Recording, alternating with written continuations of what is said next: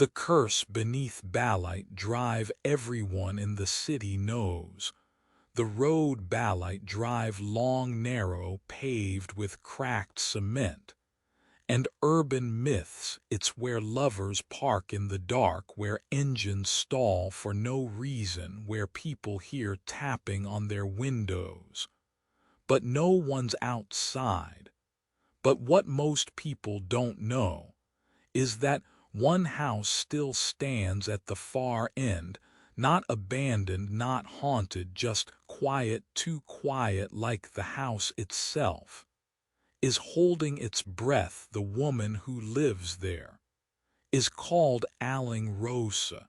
She sells herbal tea and reads tarot in the daytime, but no one goes to her after dusk because her eyes change color with the moon, because cats follow her in silence, and because she talks to things that aren't there. Miko had just turned 17 when he moved with his mother to the city from Iloilo, fresh from heartbreak and debt. And they ended up renting the small house beside Aling Rosa's old one. His mother said they had no choice, said the rent was cheap, said don't talk to the woman next door. But Miko was curious. He saw her the first day watering her plants with blackened fingernails and a faded shawl over her head.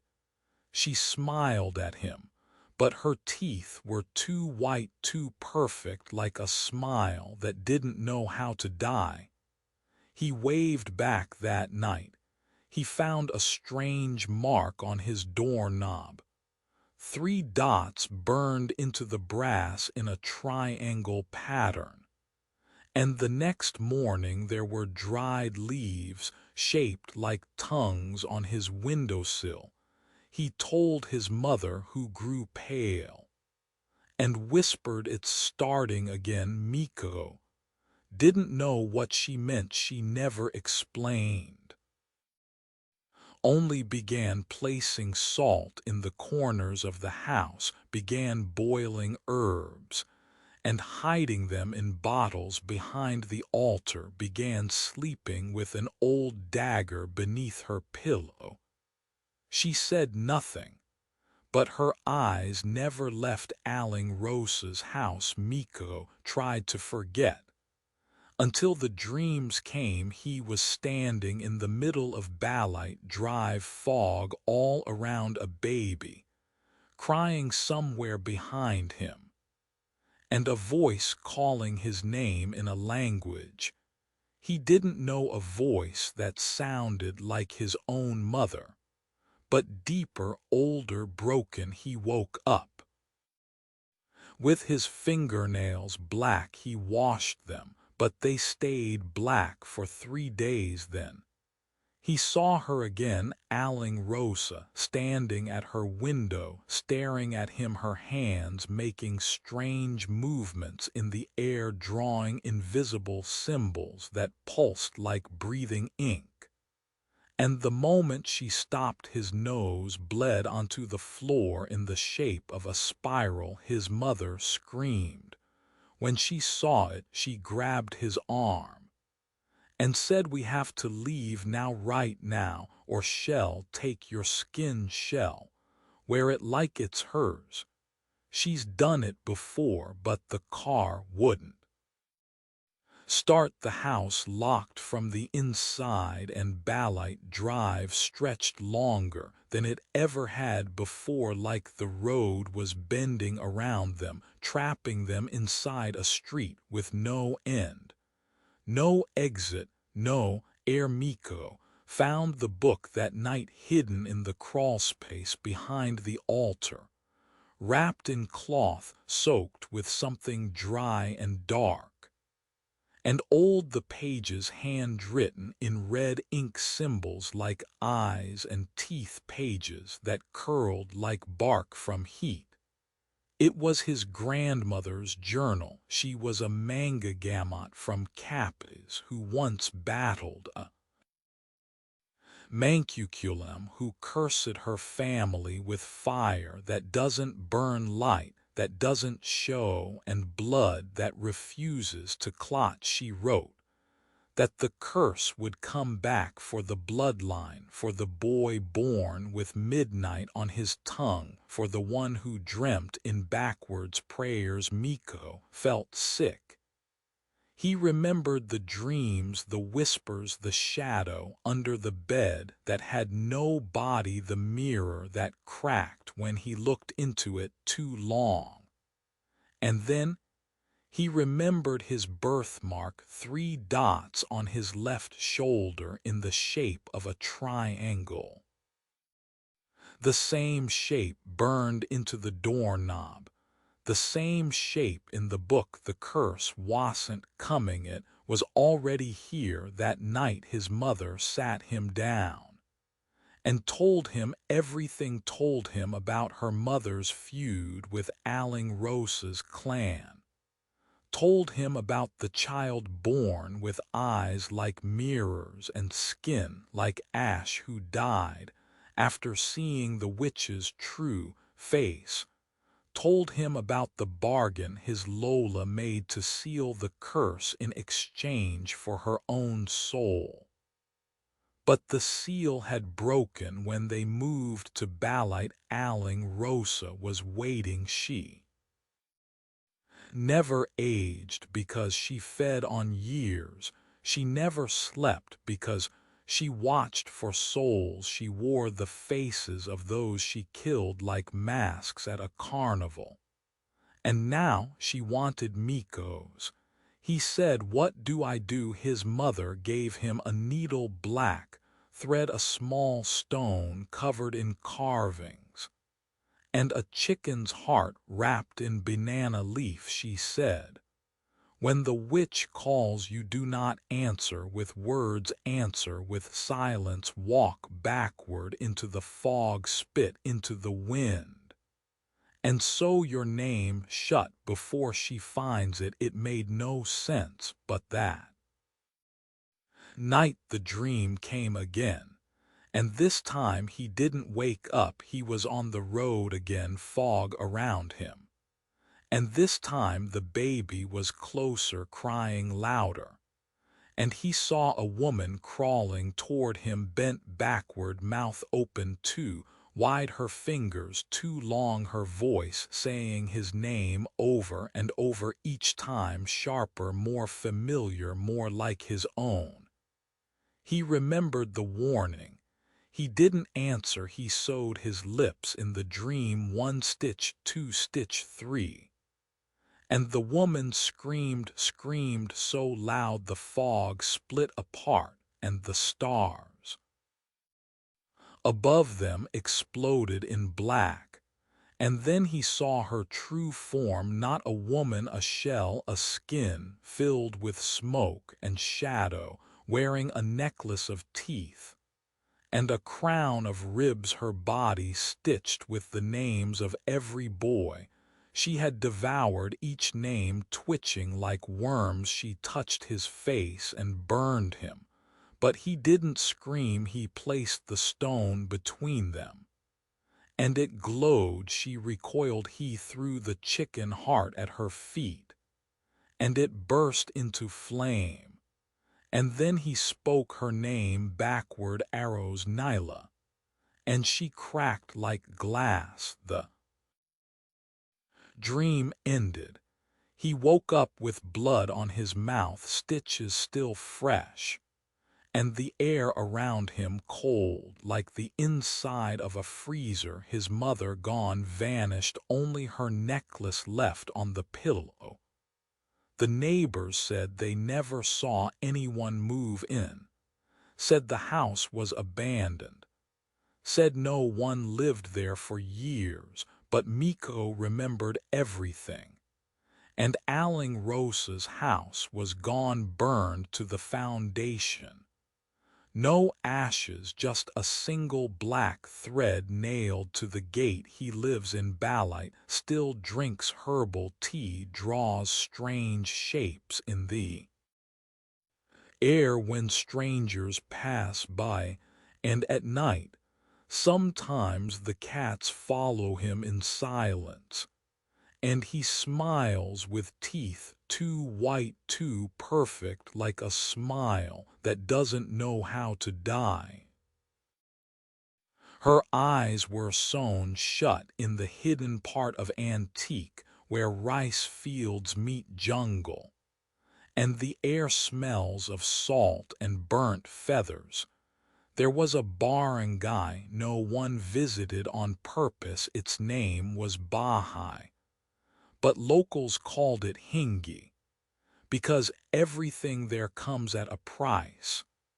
And the one who collects never forgets. People who left Bahay never spoke of it again, not because they were forbidden, but because they couldn't. Not truly. When they tried, their throats would tighten, their ears would ring, their noses would bleed a little, and they'd dream of a woman under their bed brushing their hair with a knife. Lorenz knew none of this. He was 24, from Manila, a fresh graduate desperate for quiet and work. He answered a call for a research assistant in Antique to help document endangered medicinal plants. Simple job, small village, fair pay. He packed light and left without telling his parents, thinking it would be an adventure. He arrived during monsoon season. The trees bent like old men, and the wind made everything whisper. The tricycle driver dropped him at the edge of a broken bridge and pointed silently toward a footpath thick with vines. Lorenzo crossed and walked until the path narrowed into the jungle. He found the barangay quiet as bone. Only old people and children remained. No laughter, no karaoke, no chickens loose on the street. Everyone watched him from windows with curtains too heavy and rosaries hanging backwards. He met Mang Usig, the local healer, who looked like a man made from tree bark, his back crooked and eyes too shiny. He spoke gently, said, "You're welcome, but the forest decides if you stay." Loren didn't understand. His room was a hut near the woods with candles in each corner and 2 pillows, one thin, one thick. When he asked who the thick one was for, Mang Usig smiled without teeth and said, "For whoever visits at night." That first week passed slowly.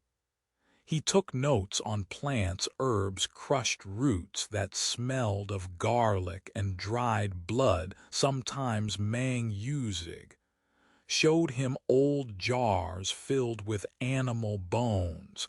Sometimes he wouldn't speak for hours and just watched the trees as if waiting for someone to walk out of them. Then one night Lorenzo saw her, a girl with long wet hair, sitting by the river, combing something in her lap. Her eyes were sewn shut with thread black and tight, her lips moving fast like whispering to herself. Her feet never touched the ground. He blinked, she vanished. He told Mang Usig, who dropped the jar he was holding, and said nothing for a long time. Only later that night did he speak, and what he said made Lorenzo cold.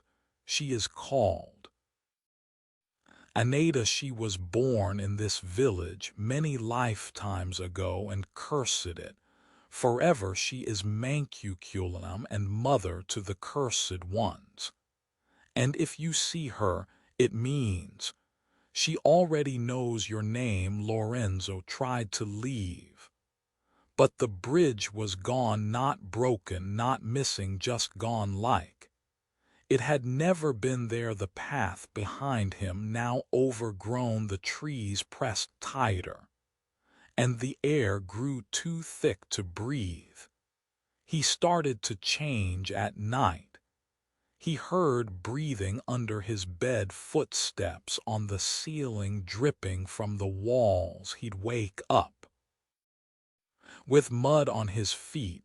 Even when he didn't leave his room, his notes would rewrite themselves in another language with curves like eyes and teeth. He dreamed of children with missing faces calling him Kuya, in voices too deep. One night, he woke to find his hands covered in dried feathers. He threw away his mirror after seeing something in it that didn't stop moving when he did. And then she came again. Anada in his doorway, sewn shut eyes, holding a small jar filled with water inside it. Something floated, something that looked like his tongue. She whispered without sound.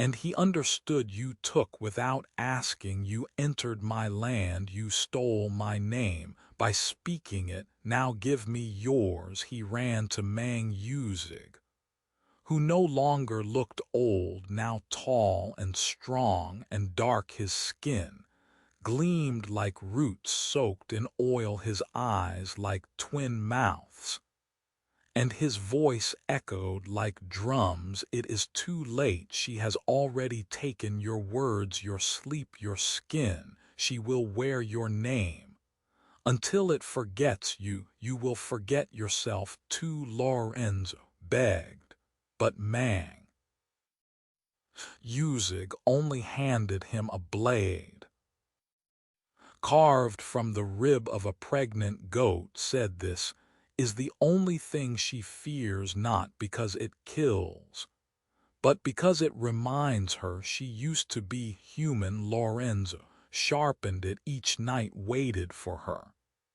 And when she came again, floating above his mat hair, reaching for his face, hands full of insects, he stabbed upward. But she was smoke and salt and shadow. She laughed in whispers and kissed his forehead with a tongue that burned. He woke in the jungle, naked, scratched mouth, sealed hands, bloody. The villagers found him kneeling the river, carving something into his thigh, over and over the word Baha'i, but not with letters, with tiny bones from his own fingers. They called him cursed, but kept him alive. They built him a new hut with no mirrors, no windows, only candles and stones, and a bowl of salt that never emptied. He doesn't speak now, only hums the songs Anada used to hum back when she was still a girl, when she still had dreams, when she still believed someone could love her if she only stopped the bleeding. But she never stopped. She collects still from travelers who don't listen, from men who mock the old ways, from women who deny their own bloodline. She visits them one by one, and when she finds them, she doesn't speak. She only opens her mouth and lets them crawl out, the names, the regrets, the insects, the stitches. The clay doll in Dimezaling. There's a road not far from the market in Dimezaling, lined with old shop houses and flickering lights where dogs bark at shadows. And no one dares walk alone after sunset, the elders say. It used to be brighter, filled with laughter and guitars, and people who didn't lock their doors, But everything changed when the clay doll appeared. It sat in front of the old barber shop, legs crossed, smile carved, deep red string tied around its neck, and a single eye painted black. It looked like a toy, something a child made. But the morning after it was found, the barber's daughter was gone. Only her dress left folded on the floor. No footprints, no struggle, just the scent of burnt leaves and vinegar in the air. No one claimed the doll. They tried to throw it away. It always came back. That's when people started dying. Old men fell asleep and never woke up. Mothers stopped speaking. Children drew pictures of women with too many hands and no faces. Someone left a rooster nailed to the church door, and everyone knew then that the mancuculum had returned. Her name was Mila. Once she lived at the edge of town in a house made of stone and soil where vines grew upside down, and birds never landed. People came to her for healing, for luck, for revenge. She asked no payment, only a name written on a banana leaf. Sometimes she kept it in jars. Sometimes she sewed it into dolls.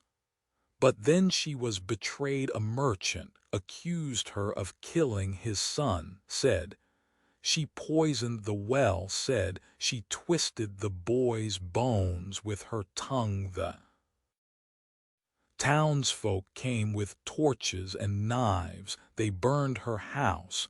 They crushed her jars. They dragged her into the square where they beat her until her eyes bled and her teeth shattered.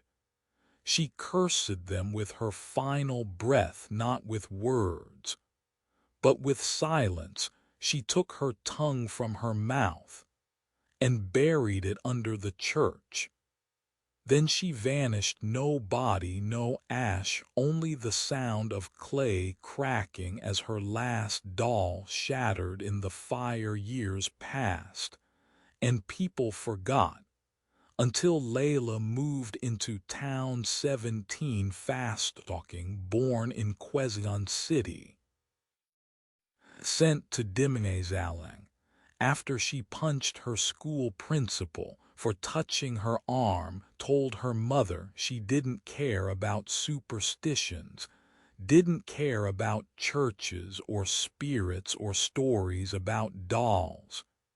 She came to live with her aunt, who ran a flower shop near the barber shop, the same one where the doll first appeared. Layla saw it the first day sitting by the window of the shop across the street, hands pressed to the glass, mouth open just a little, like it was about to whisper something. Her aunt told her not to stare, told her not to talk to anyone asking about names, told her if she ever smelled vinegar and leaves to run.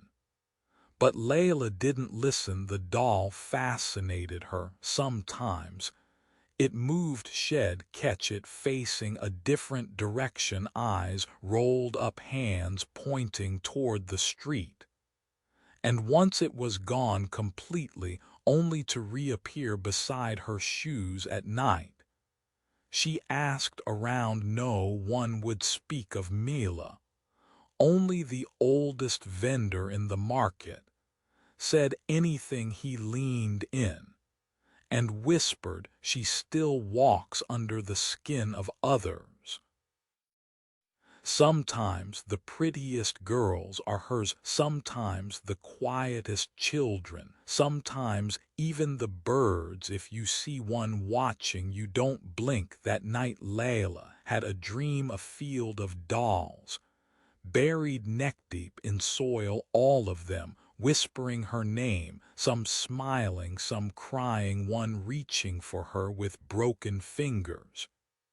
She woke to find scratches on her leg like letters, not English, not Tagalog, just curved symbols that moved when she stared at them too long. Then came the voice, soft, low, sometimes in the sink, sometimes in Fan, calling her Anak, calling her baby girl, calling her Clay. Her aunt begged her to leave, said she recognized the signs, said Mila had taken others this way. Layla said, no, I want to know.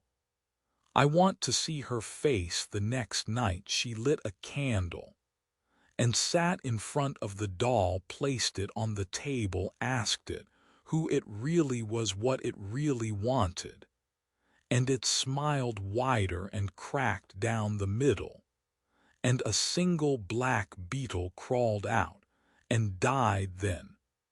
Mila appeared not as a ghost, not as a monster, but as a woman standing behind her reflection, beautiful and broken mouth, stitched shut, eyes black as ink, hair dragging on the floor. She said nothing, but Layla felt her ribs shift, felt her breath stop, felt something inside her chest move like it didn't belong to her. Her aunt found her the next morning, eyes open, mouth sealed with wax, a small clay doll sitting on her lap, its eyes now painted brown, its hair tied in a braid.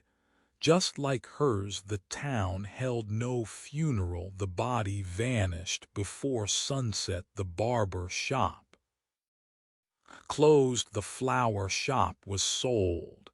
And the doll reappeared days later, this time in front of the school, smiling, waiting. They say Mila collects those who seek her, that she hates forgetting, that every name spoken near her dolls becomes another string to pull. And if you see a doll with one eye and red thread, run. Don't speak, don't look back, don't say your name, even in your own head, because the mancuculum listens not with ears, but with breath. And once she inhales your name, she owns your soul forever. If you enjoyed this terrifying story, let us know in the comments below. Hit that like button to help us bring more cursed tales and dark legends to life. Don't forget to share this video with your friends, but warn them first. And if you dare, subscribe to this channel, because here in Pinoy Phobia, the horror never ends. Turn on the notification bell so you never miss the next cursed story, spine-chilling folklore, or true paranormal encounter from the shadows of the Philippines. Remember, some stories are meant to be heard, but others are meant to be warnings. Thank you for watching, and remember, whatever happens, don't look back.